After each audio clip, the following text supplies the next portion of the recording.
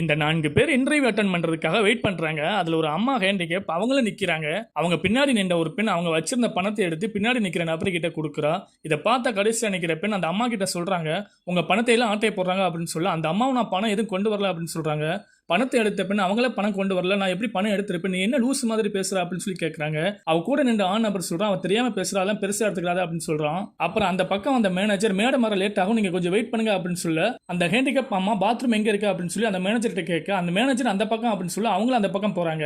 அடுத்து இந்த பெண், நீ பணம் எடுக்க தானே செஞ்ச, நான் பார்க்க தானே செஞ்சேன், நீ ஏன் இப்படி போய் சொல்ற அப்படின்னு சொல்லி கேட்க, இந்த ஆண் நபர் அவளை மிரட்டுறா, நீ வாய மூடிட்டு இரு அப்படின்னு சொல்றான். அப்புறம் அந்த அம்மாவும் பாத்ரூம் போயிட்டு வந்துட்டாங்க.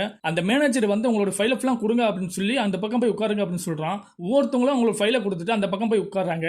அந்த பெண்ணை பார்த்து இவங்க சொல்றாங்க, இன்டர்வியூ அட்டெண்ட் பண்ண உடனே ஓடிரு, இல்லைன்னா உனக்கு கொன்றுவேன் அப்படின்னு சொல்லி மிரட்டுறாங்க. கொஞ்ச நேரம் கழிச்சு அந்த மேனேஜர் வந்து நீங்க உள்ள வாங்க அப்படின்னு சொல்லி அந்த ஹேண்டிகேப் அம்மாவை கூப்பிடுறாங்க.